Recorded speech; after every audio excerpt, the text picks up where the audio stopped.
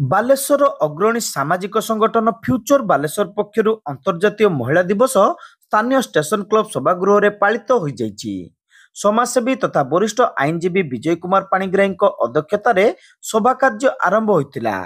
ଏଥିରେ ଓଡ଼ିଶାର ବିଶିଷ୍ଟ ସାହିତ୍ୟିକା ତଥା ଗାଳ୍ପିକା ଡକ୍ଟର ଝରଣା ପଟ୍ଟନାୟକ ମୁଖ୍ୟ ଅତିଥି ଭାବେ, ବିଶିଷ୍ଟ ସାହିତ୍ୟିକା ତଥା ଅବସରପ୍ରାପ୍ତ ଅଧ୍ୟାପିକା ଡକ୍ଟର ପ୍ରଭାତ ନଳିନୀ ମହାପାତ୍ର, ଧ୍ୱନି ପ୍ରତିଧ୍ୱନି ଖବରକାଗଜ ଓ ସାଗରିକା ପତ୍ରିକାର ସମ୍ପାଦିକା ସୌରେନ୍ଦ୍ରୀ ସାହୁ, ଫକୀରମୋହନ ସ୍ୱୟଂଶାସିତ ମହାବିଦ୍ୟାଳୟର ପଦାର୍ଥ ବିଜ୍ଞାନର professor doctor Mousumi Das Pattnaik, saint John's nursing କଲେଜର ଅଧ୍ୟକ୍ଷ ଜେନିଫର ବାରି ଓ ଆଇନଜୀବୀ ଜ୍ୟୋତ୍ସ୍ନା ମହାନ୍ତି ପ୍ରମୁଖ ସମ୍ମାନିତ ଅତିଥି ଭାବେ ଯୋଗଦେଇ ମହିଳା ଦିବସ ପାଳନର ତାତ୍ପର୍ଯ୍ୟ ସମ୍ପର୍କରେ ଆଲୋଚନା କରିଥିଲେ।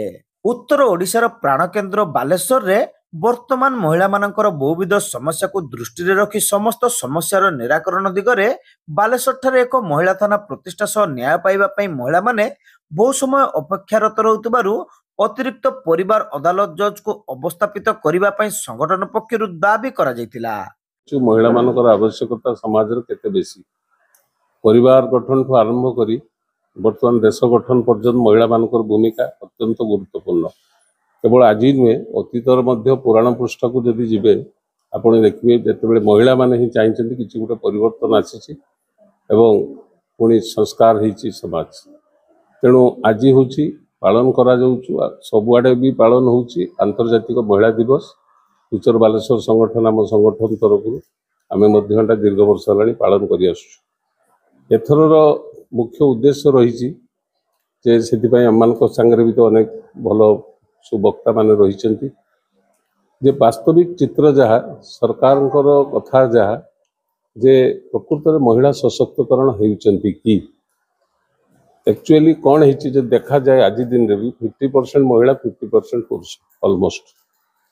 ବାସ୍ତବ ଚିତ୍ର ହେଉଛି କିଛି ମହିଳା ମୁଖ୍ୟ ମୁଖ୍ୟ ସ୍ଥାନରେ ରହିଛନ୍ତି ଏବଂ ପ୍ରଭାବଶାଳୀ ହେଇଛନ୍ତି ଏବଂ ସେମାନେ ମଧ୍ୟ ଅନେକ କଥା କରିପାରୁଛନ୍ତି, କିନ୍ତୁ ଗ୍ରାମାଞ୍ଚଳରେ ବିଶେଷ କରି ସାଧାରଣ ମହିଳାଟେ ସେ ଆଜି ମଧ୍ୟ ସୁରକ୍ଷିତ ଥିଲା ଭଳି ଆମେ ହୃଦବୋଧ କରିପାରୁନୁ। ତେଣୁ ଆଜିର ଆମର ଏଇ ଯେଉଁ କାର୍ଯ୍ୟକ୍ରମ ରହିଛି ବିଶେଷ କରି ବାଲେଶ୍ୱର ଉପରେ ଆମେ ଧ୍ୟାନ ଦେଇଛୁ। ବାଲେଶ୍ୱର ଯେମିତି ପ୍ରତିଟି ମହିଳା ସୁରକ୍ଷିତ ରହିବ ସବୁ କ୍ଷେତ୍ରରେ, ସାମାଜିକ କ୍ଷେତ୍ରରେ, ଅର୍ଥନୀତି କ୍ଷେତ୍ରରେ ଏବଂ ତାର ନିଜର ଲିବର୍ଟିଟାକୁ ସେ ଯେମିତି ଏକ୍ସରସାଇଜ କରିପାରିବ ସେଇ ଉଦ୍ଦେଶ୍ୟରେ କରୁଛୁ। ଏବଂ ଆଜି ମଧ୍ୟ ଆମେ ଦୁଇଟି ମୁଖ୍ୟ ଏଜେଣ୍ଡା ରଖିଛୁ।